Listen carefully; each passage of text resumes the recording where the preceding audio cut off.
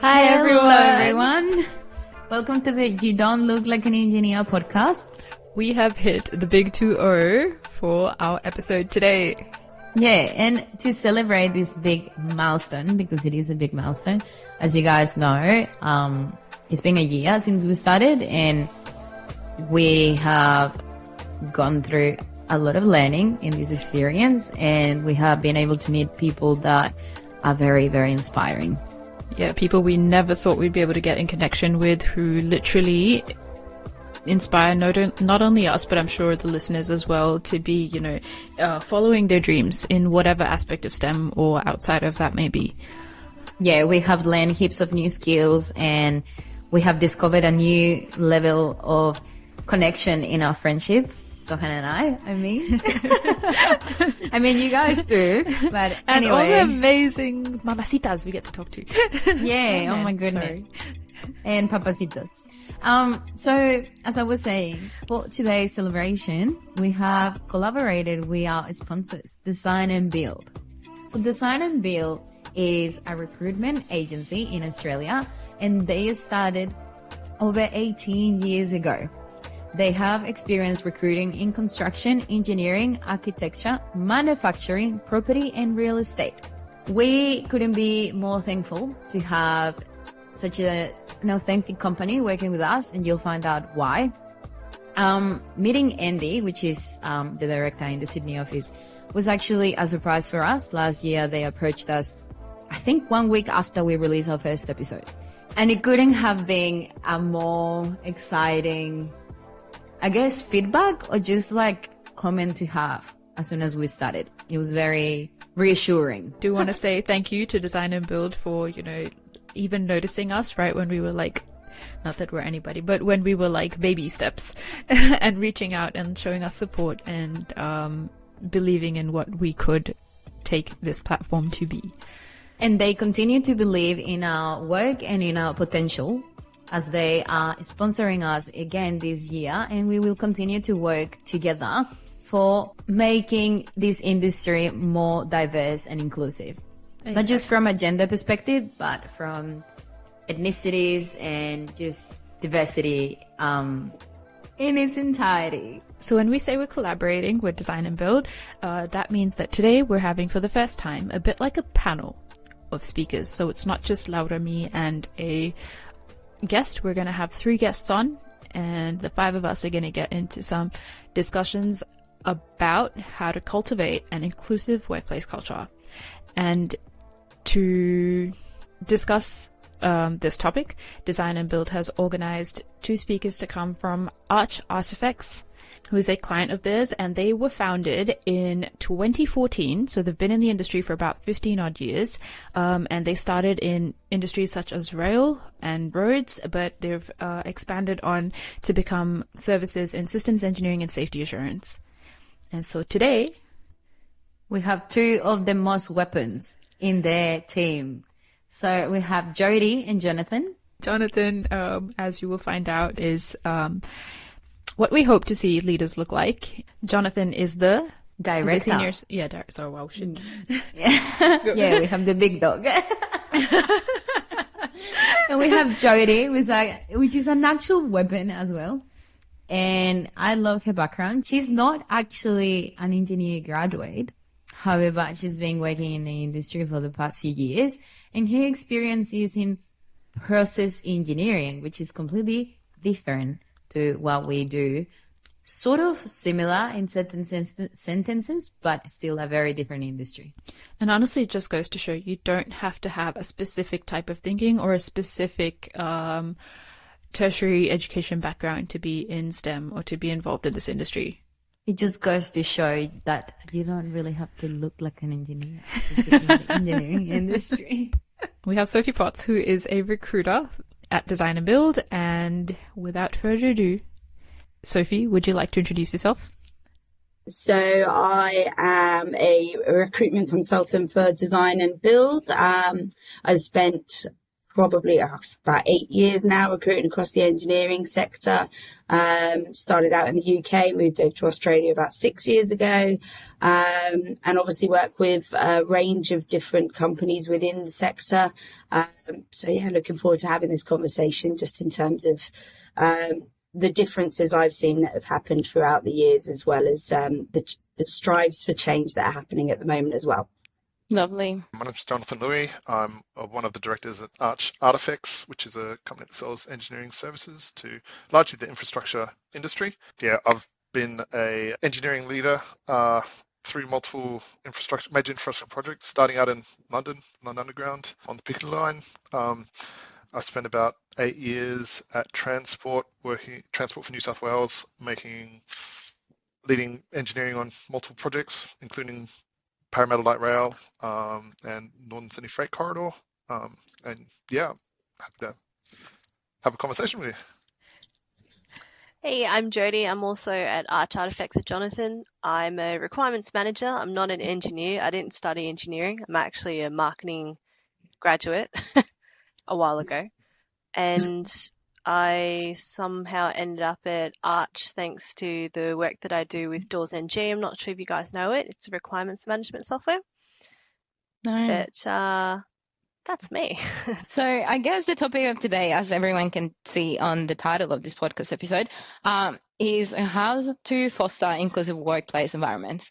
And before we jump into that, we want to actually ask you, what does an inclusive workplace culture look like to you all?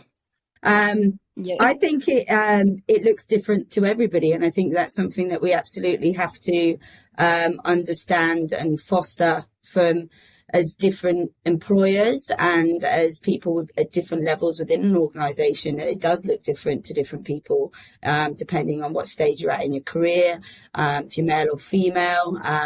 Diversity and inclusion is obviously huge at the moment, but it looks different to everybody, and it's finding a balance of obviously what is appropriate, but also making people feel comfortable in their workplace. And I think it's hugely changed since the pandemic in terms of what that looks like and fostering workplace culture, because as we have all probably seen, it's got a little harder to do that through Teams meetings and a lot more kind of remote working and not being in person with people in a room. It's understanding people's personalities and how you kind of work to come to a inclusive environment for everybody in terms of how they're working and what suits them. Absolutely. You mentioned 2 key points here. We'll eventually talk more about. Yeah. If I can quickly just ask you, because you did talk about, how things have changed in the past 6 years. Obviously, the pandemic's a huge one, but in terms of inclusive, if we could ignore that, assuming we can, the pandemic. But ignoring that, do you think over the past 6 years, things have changed in terms of what people are expecting in a workplace culture, like in terms of professionality or authenticity? Have things gone one way or another? From what I've seen, absolutely yes. I think if you look at 6 years ago when I arrived in Australia, and I think the whole name of this podcast sums it up perfectly, we don't look like an engineer. What does an engineer look like these days?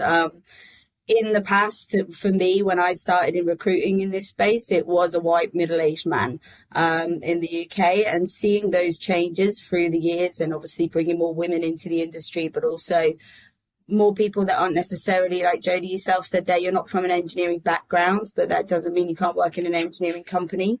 It's become an industry where we are taking skill sets from everywhere, and that's how we're going to build these amazing projects, is having people with different skill sets.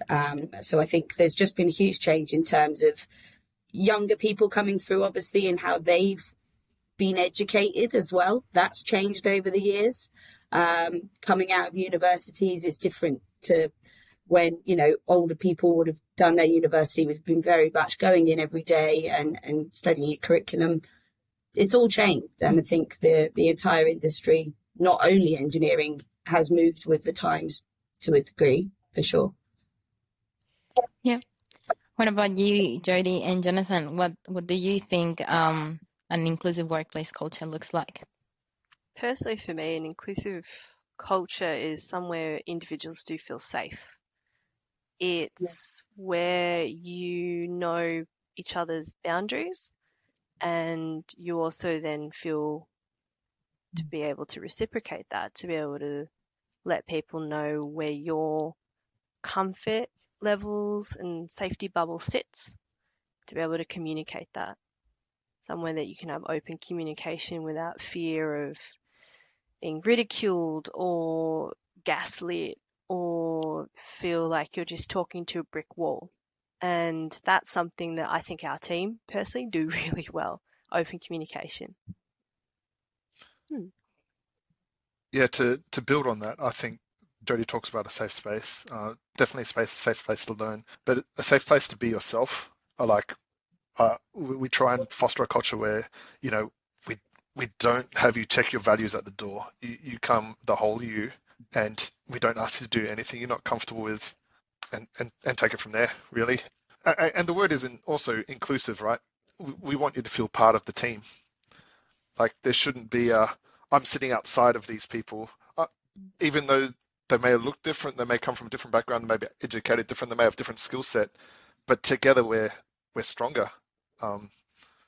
So that's really what I consider an inclusive workplace. Yeah. And as a leader, I guess now that there's because you're the director and we're talking about, hiring inclusively, and there's so many different cultures, and I suppose if you even break it down to cultural requirements, like what looks social in a certain sense, like, there's now people that don't drink or people that don't eat a certain cuisine. Like I'm vegetarian, I don't, I have that difference in like where I can eat essentially and everything. How do you navigate that to make sure everyone feels, included? That they belong. Yeah. I think it's just people's attitudes and being mindful, right? We have a learning huddle every Wednesday where we put on lunch. We always are mindful of people's dietary needs when that happens. So there's like, oh, that's a box for, need to make sure that is like, that's the vegetarian box we've got. So we could accompany Sahan at our learning huddle. Yeah. And social settings, I guess, do they change? I guess do you just make sure people are doing different activities, or rather than catching up for drinks, which is the norm? Well, yeah, we do have planned social gatherings every quarter, but you can't force these things too much, I don't think. And just because they get on there and they want to go do something, like go to have a drink at the Edinburgh Castle, that doesn't mean that I can't sit down with somebody else and play some board games or card games. Yeah, that's right. So, and that's part of being yourself, right? You bring your interests, what you connect with people on, at multiple levels. Me and the other director, we geek out about Marvel movies and Star Wars. So that's us. Might be ridiculed by some, but it's me. Not in the engineering world. Sorry, Jodie, you were saying something before. The comment I was going to make was a way to not make someone feel like they're being singled out or different because of their lifestyle is you treat everybody the same. So instead of going up to a particular individual that you think to yourself, oh, they'll have dietary requirements, we'll ask every single person, irregardless, what are your dietary requirements? What is your preference between alcohol or soft drink? It's not a targeted question. It's a very sort of blanket way to treat everybody, and it makes people not feel singled out. Absolutely. Yeah, that is a really good way. That's a really good example with the dietary requirements, but I think like even with like end of the year celebrations, like not everyone has the same celebrations because of different cultures. So it's just changing the name, like not a Christmas shutdown period, just end of the year shutdown period. It's all about the language that we use. But I really want to touch on what Sophie said at the start, saying how it looks different to everyone, which is really true, and something that we can see also depending on what you identify as, right? So do you think that the workplace culture looks different to male and females? Is the definition of that different from a male perspective and a female perspective? I would personally say no. Just in terms of my office, like there is absolutely no difference in, I guess, what we're looking for. I think it's more if there was any differences to me, I think it's more at a stage of life where you're at, and your personal beliefs. I think. I don't know how much I'm allowed to say this, but I guess recruiters are pretty known for liking a beer or two. Um, there's quite a few in our office that don't drink. So just what you were kind of going back to is it's a case of changing what has been the traditional outlook of our kind of celebrations and what we do to be more inclusive, and make them less focused around alcohol, so to speak, or I think, but again, as I say, like time of life. Everybody at some point, it seems, I feel like it's when you cross over the 30s boundary, you become interested in triathlons for some reason. Again, just changing with the times, but changing with the people within your office. There are going to be groups that have similar interests, but there's going to be different groups of those. So it's making sure that you are including everybody. And as you say, making them feel like they have a safe space to kind of live their beliefs, feel happy coming into work, and that they're in a supported cultural environment. And there's multiple ways that can be done. It's just working around. Obviously, that's where I have seen the biggest change within workplaces over the kind of last 8 years. Is it used to be kind of an office with a desk. Now it's an office with mothering facilities and religious areas to be able to go and pray if that's what you need to do, and things like that. And I think that is the biggest change for me, is seeing all of those kind of different things come in, and we're on the right path, if you ask me. So the question was, is culture different between males and females? Yeah, like a good workplace culture. What makes you feel looked at as an individual? So I'm going to go the opposite of what Sophie said and actually say that it is different between males and females. And prior to working with Arch, I actually was a recruiter. I was a recruiter in the IT industry. And I'm sure your company is fantastic and lovely, Sophie, but my previous company it felt like Wolf of Wall Street sometimes, honestly. It was so incredibly sales, and how logo was no means maybe, in terms of if a client says no to working with you today, that means maybe they'll work with you in the future. And unfortunately, that slogan got interpreted in a couple different ways, and some of the behaviors from the men in that company were extremely predatory, and it was an extremely uncomfortable place to be for certain females. I feel that something that I came to value a lot is respect, and quite frankly, there was a distinct lack thereof in the previous role that I was in. So it was really jarring for me to come to Arch and be in a sort of professional environment where everyone is just so incredibly respectful, and you don't feel like you have to tiptoe around the way you sort of carry yourself. But I'm sure you ladies can agree on this one, is that sometimes we have to be a lot more careful about the way that we emote or portray ourselves for fear of incorrect signals. Yes. And so from that perspective, I do think it is different being a male or female. And I think a lot of us do value safe environments a bit more than dudes do. But again, I don't identify as a dude, so I wouldn't know. So I'll pass the mic to the dude in the room. Thank you. Yeah, I actually, when Sophie first said that, I'm like, yes, that is absolutely it. It's different for everybody what a good culture is. And I can't adequately represent what the perspective of Jody or a Sophie would be. So I can speak from my point of view, but I need to be cognizant that that's not necessarily what is important to other people. And that's, still on the growth journey.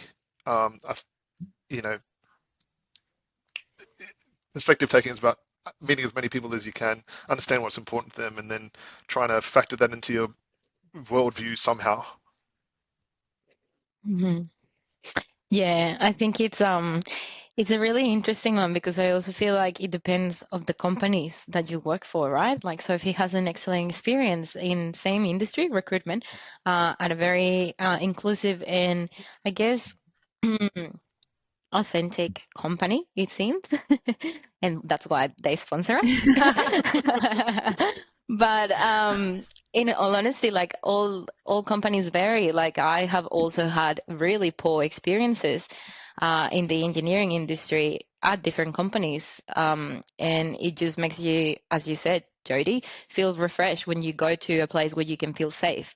It makes you just be grateful for the little things like just being taken seriously or being respected for saying your point of view or just for speaking your truth, you know? And no, not everyone sort of like has that opportunity. And sometimes we say yes to certain jobs at certain companies because we are under a certain circumstances and we can't we can't really live any other better experience than that because we sort of like think that there isn't, it's not existent, or because we're under like pressure and our job at the moment is everything we have and it's so hard for us to leave that culture because of fear of probably never going to have a job again. I don't know. So it's really interesting. I agree. I personally think that culture is depending on the individual, and it has a lot of like it really differs if you're a female or a man or a different gender and ethnicity as well. You also have different aspects that people prefer, introverts versus extroverts, for instance. Um, and so we've had, people that haven't necessarily felt at home as an introvert in our organization, but there is definitely a home for the introverts because, you know, generally speaking, when an introvert speaks, you got to listen because they've thought about it rather than somebody like me who Yeah. just blurbs whatever comes to mind. I'm actually really happy that you brought that up because in the industry, and not just the engineering industry, but I feel like in life we value confidence over competence.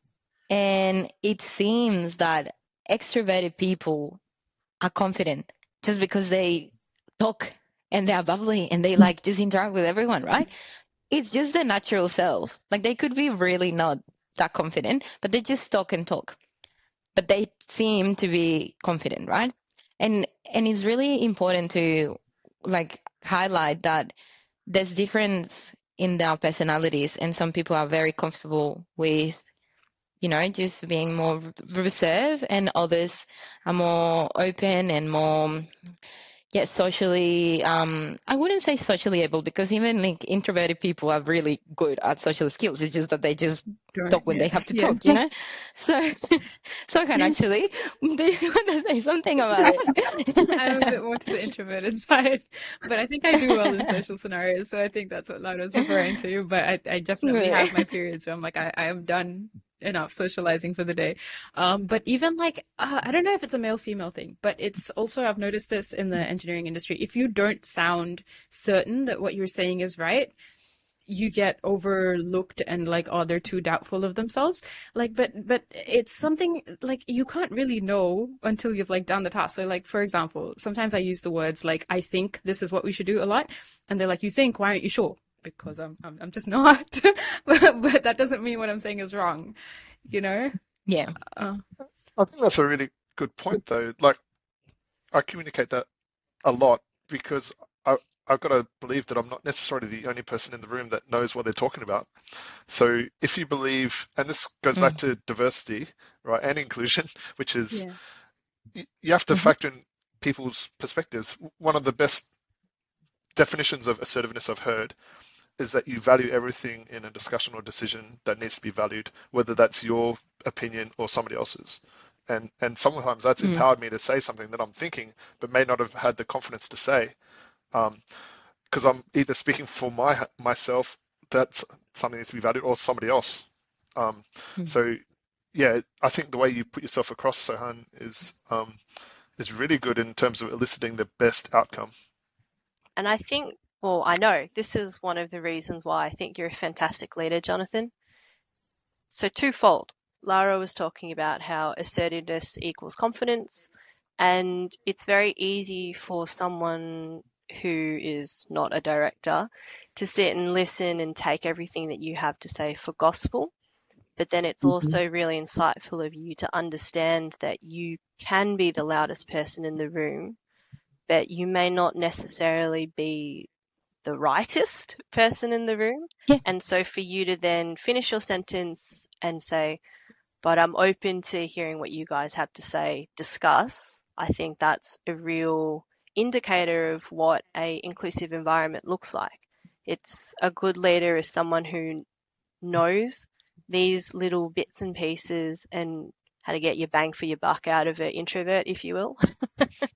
Like, that's right. Yeah, I remember being a grad and going to those group interviews. Does anybody remember this? It may be a bit of a throwback.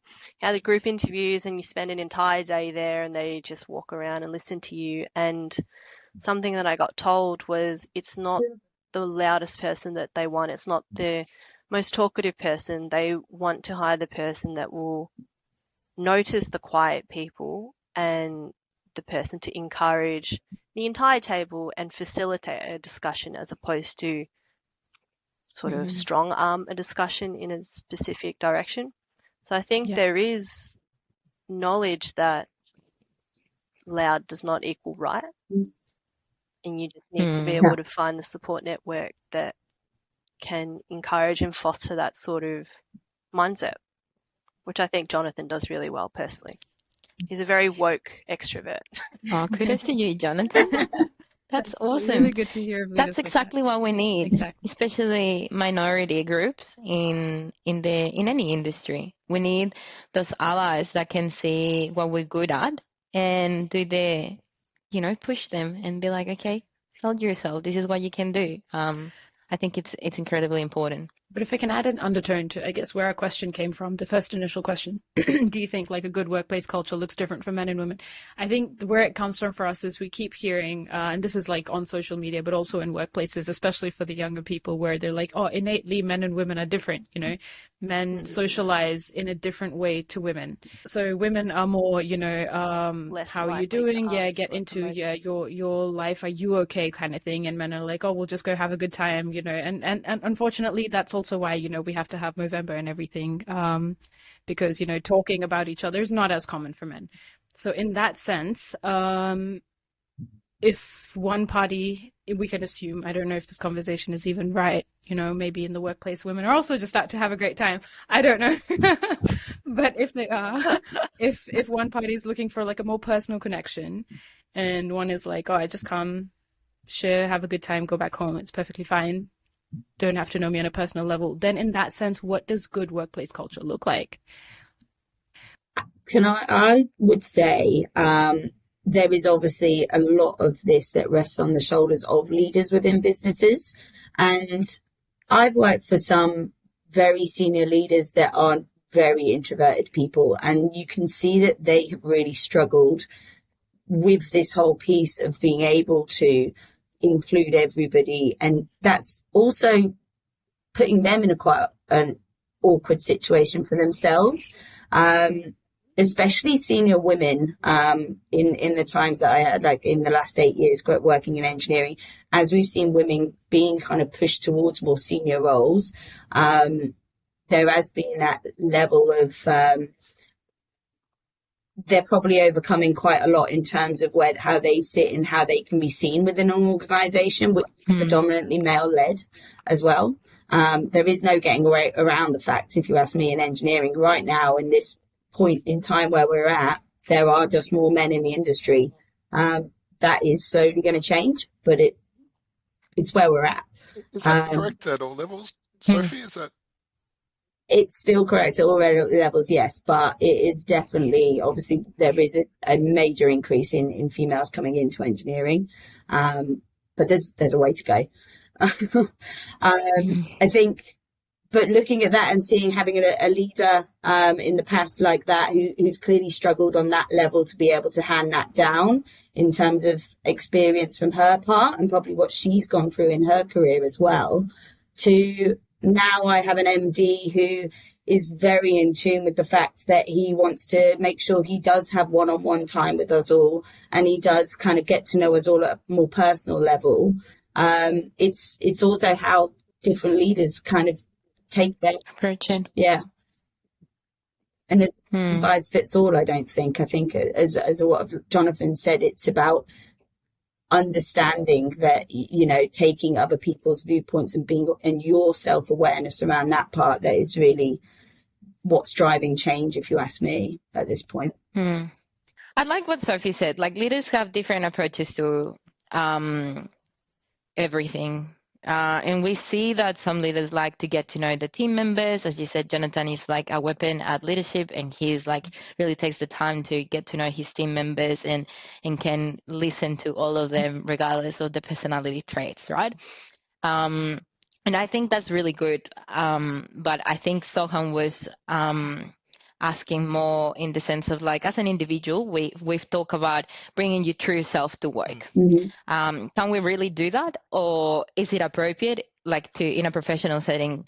Because we hear all these things about, like, oh, like, it's a family because we spend so much time with people from work, right? We spend certain hours, but we also want to draw a boundary, which, Jody, you're great at.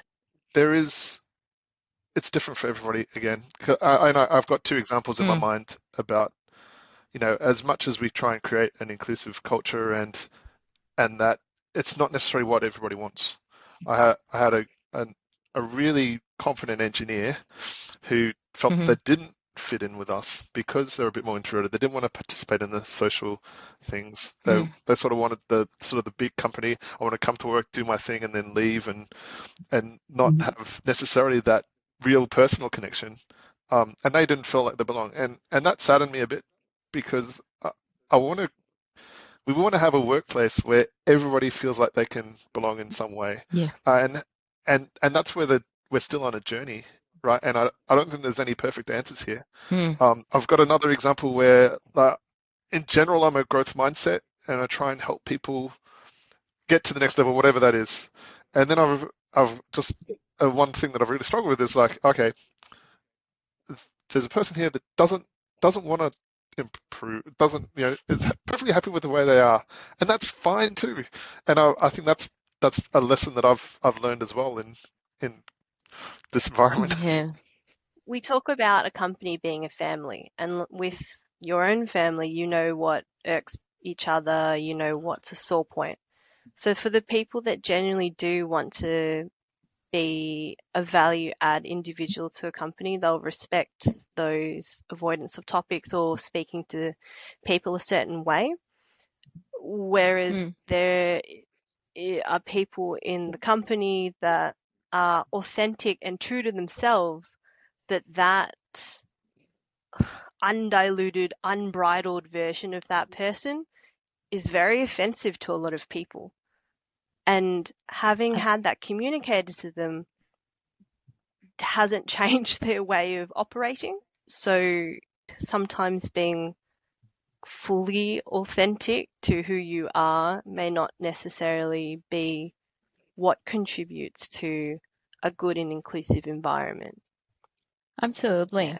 I guess I was kind of curious, Jody, what you meant, like that their authentic self might be a little bit, how to say, offensive to some people. Yeah. For some people, they're very abrupt in their speech patterns. The inability to provide feedback in a cushioned manner, or just blatantly being like, that makes sense. No, you're doing it wrong. Don't do it that way. False, wrong, just calling them out. Not being able to properly judge the appropriate time and place to provide feedback, such as telling someone off in front of the client. That's not really a good look. And sometimes someone who's just got they're just a real negative Nancy. And that's just the way they are. They're just a really pessimistic person.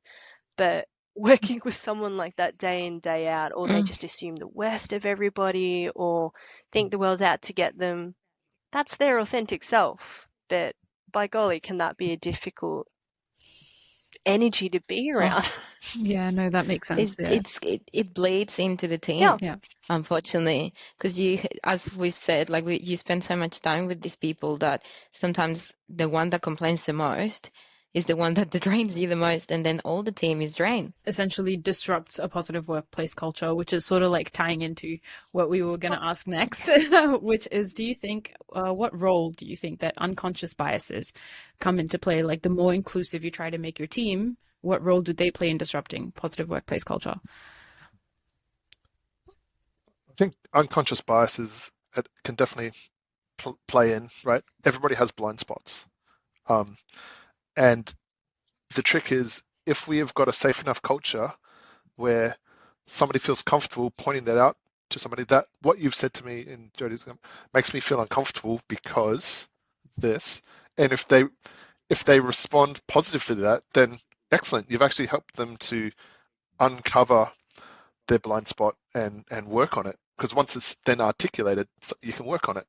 And no matter what level you are in an organization, I believe that everybody has the ability to learn and the right to learn in the workplace. Now, as a senior person in an organization, I'm not going to get every decision right, and I'm going to learn a lot of things along the way, right? And some of my behaviors that I might display might offend people unknowingly, and it might be unconscious bias or what have you. But as long as we try and foster that environment where I can get feedback on that, then I've got the opportunity to improve, and I'd want that opportunity for anybody in the organization. For me, I just think it's the baseline for all of this change that is happening already, but there's more to continue on, is people feeling comfortable to be able to speak up. And I think in terms of unconscious biases, as Jonathan's kind of saying there, is he feels like he's always learning, and a good leader will recognize that in themselves, and anybody at any point within their career journey will recognize that they don't have the answers to absolutely everything. But it's that point of feeling like you have a safe place to be able to, for people to be able to be honest and open with you. I think that is the steps of change that are going to make the difference at the end of the day. Yeah, change is definitely led from the top down. If I know that my behavior is me mirroring the leadership team, then if worst case scenario, something terrible happens from it, I know I'm not going to get berated for initiating that conversation. I have been in workplaces where it's a very sweep it under the rug, call it a day, done, that sort of thing. And maybe for lack of a better word, but confrontation is something that is not necessarily frowned upon in our workplace, at least. And Jonathan has actually encouraged me to go be candid and frank with the more senior member of the company, because he's like, well, if you don't like X, Y, and Z, tell them. I was like, no, of course not. I'm not going to do that. He's like, no, just tell them. They probably don't know. It's a blind spot. I'm like, no, absolutely not. I'm going to ignore it until it goes away. And he's like, that's not how you deal with it. Which is unfortunately what we revert to, yeah. Yeah, exactly. And I don't know if it's the whole male or woman thing, but personally for me, I'm a really non-confrontational person. My idea of diffusing something is with humor, or I'll just... Jonathan laughs. Yeah, or I'll just smile my way through it. If someone's yelling at me, my reflex is just sit there going, yeah. Yes. I guess I should add to that it's also about not putting the person that's already feeling a little bit down under even more stress. I've had in a previous organization, I was getting bullied, and I went to HR, and the first response was, well, I'm going to sit you both in a room and you can both grow up. And that really just put even more stress on my life, right? So there is a point where, there's a little bit of, trying to help people to resolve their own problems, but then recognizing that where there is no solution that's within their ability to respond, taking ownership of that as the accountable person, and resolving it. how do you approach it differently from, I guess, when you're encouraging Jodie to go have a conversation? How do you manage her not getting too stressed, if that makes sense? I think it's hopefully it's in with the intent in which you put it across, right? Uh, part of her potential growth journey is to be able to speak on her behalf and provide that feedback to others. And part of it is the intention that you're offering that feedback to that person is with the intent to help them improve as well. So if we all got each other's back, then that's a space where we can have that conversation. But if Jodie, say, wasn't comfortable having that conversation, then that's when I could offer some other solutions, or I could provide coaching on how you do it, or give some ideas on, well, might be one way to approach it. Because sometimes you're not comfortable because you don't have a methodology that you've got in your mind that you can confidently execute. So giving some ideas might help that. This is the one bit of advice that a coach gave me 15 years ago that I wish I had 15 years earlier. And that's love that. If you've got a fork in the road, a decision point, right? If you believe it's going to be a bad outcome and you act on it, then you're acting in fear. If you believe it's going to be a good outcome and you act on it, then you're acting in faith, right? And the only difference is your mindset of what the outcome would be, right, is what informs your decision. And every time you make a decision based on fear, you are robbing yourself of an opportunity to learn, because you've just shied away from it. Even if you make a decision based on faith, it's a bad outcome, you learn something, right? So every time you make a decision based on fear, you're self-limiting. And so that's where there's an opportunity for somebody to, like a Jodie, to give feedback to somebody else. And the fear could drive, no, I don't want to do that. But having the faith and then learning the lesson, and then next time the barriers become less because you've been in that situation before. Just like to highlight as well, how many times have you gone to your manager and said, this is my problem, and then they get the whole white knight complex and say, oh, I'll have that conversation for you, and just put on their big boy pants and go, stop bullying that person. And it's the equivalent of your mum coming to the playground and trying to fist fight like a 2-year-old. I wanted to highlight that at no point Jonathan was like, oh, I'll have that conversation for you. That's awesome. It was, as he was saying, it's always been, I'll give you the tools to get the job done. Exactly. But this is your battle to fight. This is your crucible. I like that. That makes all the difference, honestly. And that's why I love how Jonathan was saying, like, as soon as you have the tools, like positive confrontation, I feel like is something we do need to know how to do. But it is a tricky one. I think it's like communication to avoid confrontation. It's like we just have to talk to avoid that at the end. It's like, hey, no, why do you do this? And get the Latin spice out of me. I'm joking. Yes. One thing that I think, like we've talked about ignoring it before, elephant in the room, but the pandemic has, been a huge disruptor of workplaces as we know it. But with hybrid working, and I assume, correct me if I'm wrong, that hybrid working is going to be the way forward. Like seeing each other 5 days a week is probably not going to happen in the short term anyway. How do you foster a good culture when, you're interacting over a screen for like 2 days a week? I can, yeah. I think it's about, for me, in my personal work life, and also obviously I do speak to a heck of a lot of people within the industry. It's about fostering a work-life balance, the right balance, and that includes your work-life balance and you having the collaborative environment to be able to get the job done. There are different jobs that require different levels of interaction with people at the end of the day. We may be a bit of an anomaly at Arch. Our policy is 4 days a week in an office, at least one of those days at Arch. And it might sound bad, but we believe in shoulder time. We believe in the interaction. And what I will say is that we are really flexible from there. Nobody's flexible work arrangements have been denied from that baseline. Whereas other organizations, they say, no, 100% flexible, you can work from home 5 days a week. But then you've got a client, and the client's not going to accept that. Mm-hmm. So therefore, we're asking you to step up from our, more open policy. So, but I'm working out in New Zealand for a week, right? Because I had a personal thing I need to deal with my family.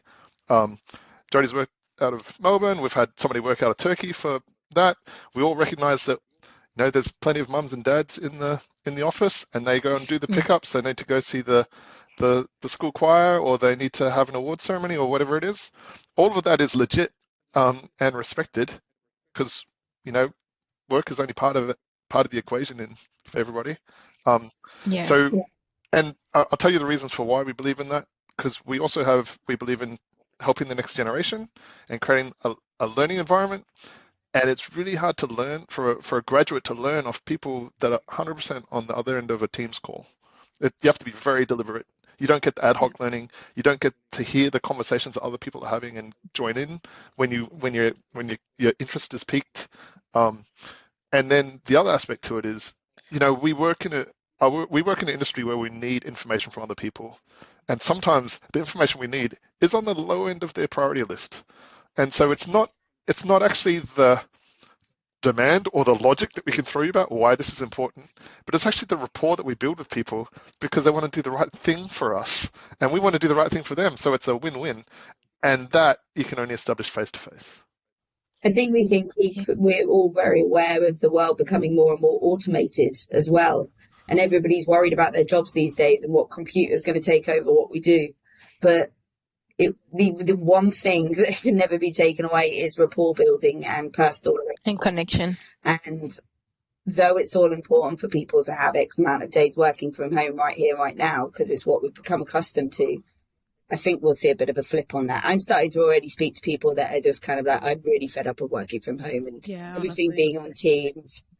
It does get boring. I want to go and speak to people and The only driver behind being able to work from home is just that ease of, taking care of the kids or parents or, something. Or the podcast. The kid. That too. The kid that needs a lot of attention. It's true though. Yeah. Everyone has a hobby and that's completely okay. Yeah. But I like the fact of establishing a work arrangement that allows people to connect.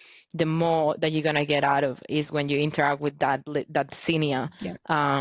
And again, the conversations that Jonathan has been helping Jodie with, for example. Honestly, you can't do that over a Teams call. Yeah. Love this conversation. Thank you so much. I think we should do a little wrap up of how to actually cultivate this inclusive workplace culture. I want to emphasize on allyship. It seems that it's key to create an inclusive workplace culture. Yeah. And it doesn't necessarily have to be a leader, but it can be someone that can advocate for us. If organizations don't have an allyship program, it doesn't have to be established formally, but just encourage those conversations with people in different senior positions, or if we know that there's an introvert in the team, help them out with promoting themselves for different roles or pursuing their dreams and not just saying yes to what the boss says, sort of thing. Which again comes from building rapport and the clear communication, that we were talking about between teams and between team members to be able to eventually avoid that confrontation, just because you have clear and better communication, which is point number 2. And then yes, clear communication to avoid confrontation. I like that one. It's a good one.